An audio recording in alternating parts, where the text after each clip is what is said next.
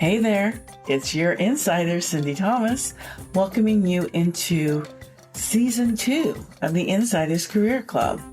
Our podcast helps job seekers succeed in their career search.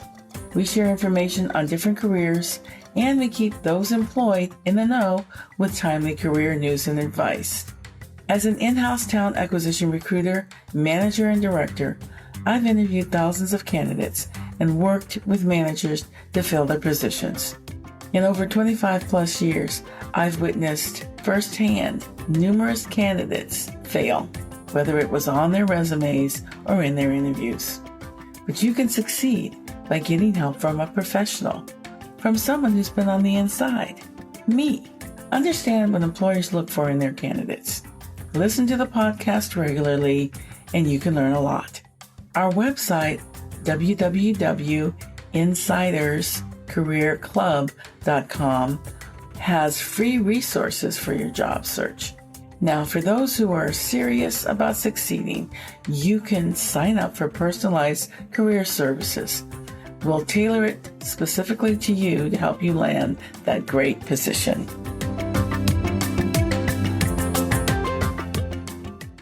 Hey there, insiders. It's Sindy.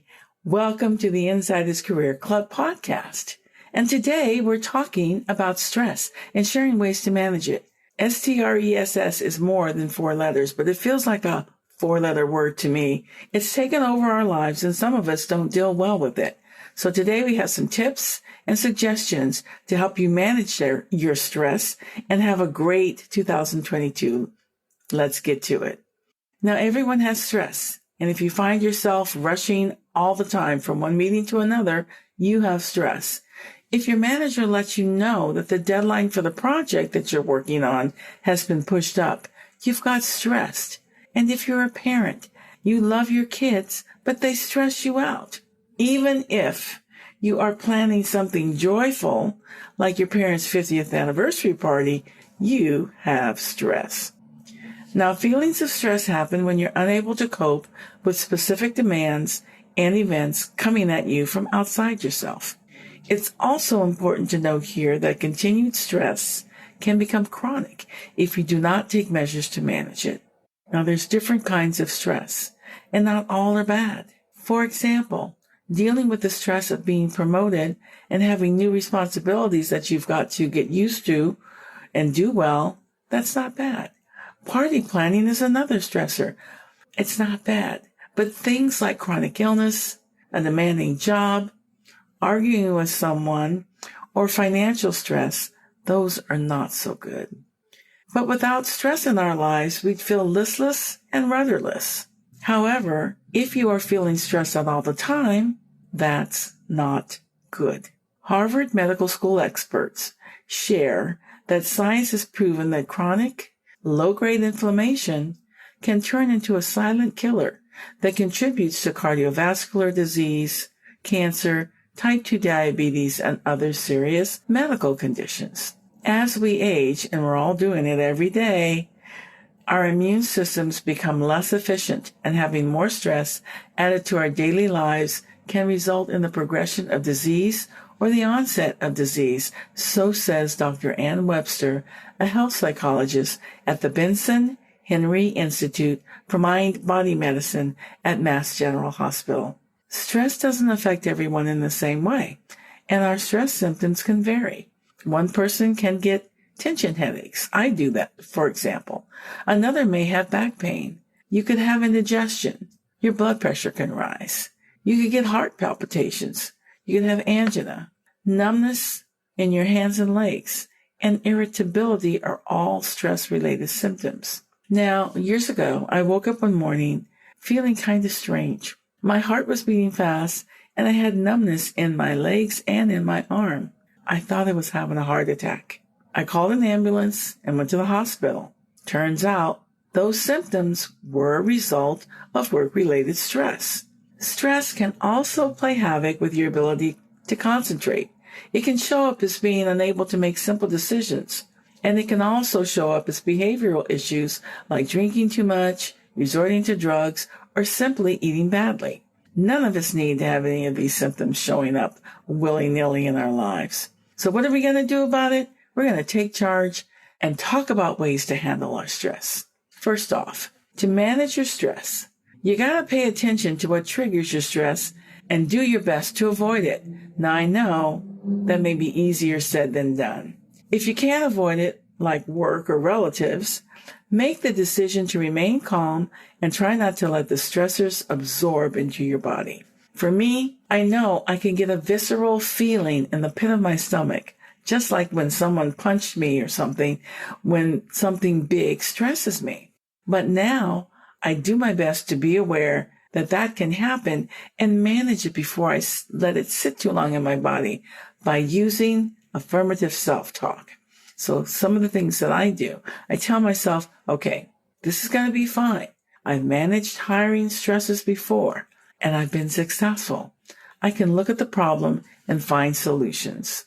Now, in a McKinsey quarterly article, the title of it is How to Turn Everyday Stress into Optimal Stress by Jay Asher and Fleur Tonys, you too can reach optimal stress by being aware of your stress figures. And one way that you can do this is by checking in with yourself on some of these questions. And I will list these questions on my website under the Careers tab so you can find the full complement of it, okay? So, and this is in a typical week, ask yourself these questions. How often do you feel rested? How often do you feel fully engrossed in your work or in a state of flow? And how long do the periods last? Think of a time when you were surprised by something stressful at work. How did you react? And in what ways did you focus on resources to help you manage that stress? Now, you can also try one or more of the following 9 things. First, you could use relaxation techniques, things like breathing, listening to relaxing music, learning to meditate, or doing yoga. Relaxation techniques can help lower your blood pressure as well as your heart rate. Regulate your sleep time. Try to get 7 to 9 hours of solid sleep. Go to bed and wake at the same time, even on the weekends. 3, exercise regularly. Regular exercise produces endorphins that boost your mood, reduce inflammation, and help to regulate your emotions, which can help us manage our feelings. And another mental boost you'll get is that you'll also feel fitter and stronger. Fourthly, breathe. Focused deep breathing helps you to slow down and regain a state of calm. Deep breathing also helps you to train your central nervous system to lower your heart rate and will put you in an emotional state that is more positive. This will reroute you from becoming frantic or to panic and allow you to think clearly to manage the task at hand. 5, manage your diet. Eat good food. Make sure it's real food. Don't do the over-processed foods that have lots of chemicals and have been altered. Go for the fresh and real. Eat organic if you can. It has many health benefits.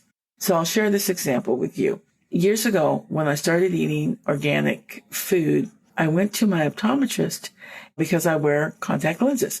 And so he examined my eyes and told me that my prescription had changed. And I said, oh, no. He says, no, I can't believe it. It got better. Foods with lots of chemicals were causing my eyes to have a different reaction, but eating organic got rid of that and made my sight better. Pretty good, huh? Also, remember to drink your 8 glasses of water because poor hydration can result in brain fog. And who needs that? Schedule your workday is number 6. Whether you're working remotely or on-site, plan your daily schedule to give yourself some blocks of time so that you can be productive. Scheduling blocks of time to work on big projects will help ensure you complete them on time and can lessen your stress. And also, though we think multitasking is great, it's really dividing our attention, and we may not be accomplishing as much as we think we are. One last thing on this. If you have back-to-back meetings, try to schedule a short 5-minute break between meetings just so that you can reset yourself. Number 7, try to reduce your chance of distractions. Don't constantly be looking at your phone. Don't constantly check email every 5 seconds. And then also try to mix up your meetings. Do some phone calls versus video meetings. Online meetings can zap your mental and physical energy. In online meetings, We're very conscious of what we look like to others, and we're constantly trying to read between the lines by looking for verbal cues. Then make sure that your workable office space is clear of visual distractions. Make sure you have a comfortable desk, a chair, monitor setup, and quiet space, all to suit you. And also, if you work from home, make sure that your family understands they need to respect your office hours and office space by being quiet and knocking before entering your space. 8. Do healthy self-talk. When you talk to yourself, be kind. Use compassion. Don't beat yourself up or talk negatively to yourself. Other people will try to do that, but you don't need to do it. Don't promote self-doubt or worry. Now, I've got some examples of positive self-talk. They're coming from a PhD and former clinical psychologist by the name of Alice Boyce. Example 1. Even though I have many things to do, I can only focus on the one thing I'm doing right now. I'll feel better if I do that. Number 2. I would prefer to be able to get more done in a day, but I'm going to accept what I'm realistically able to do. Now, note that this phrase utilizes a common cognitive behavioral therapy technique where it's recommended that people swap out their shoulds for prefer or could in order to relieve anxiety and feel more empowered. Number 3, what's the best action to take right now? You can make that your mantra. Stop and say that, and it'll remind you that dwelling on the past or worrying about the future interferes with your optimal focusing and prioritizing. And then lastly, I enjoy my work, so I like to be busy. It's natural that I'm going to feel overwhelmed sometimes, but I can handle these emotions and make adjustments as needed. Pay attention to the way that you talk to yourself. It'll make a big difference in the way that you feel. And then lastly, the fun one. Incorporate laughter into your day. De-stress by laughing. Watch a funny meme, a TV show, or find one of those websites that has daily jokes. Laughter is a great stress reliever. It can speed recovery from illness. It's good for your heart and it improves your mood.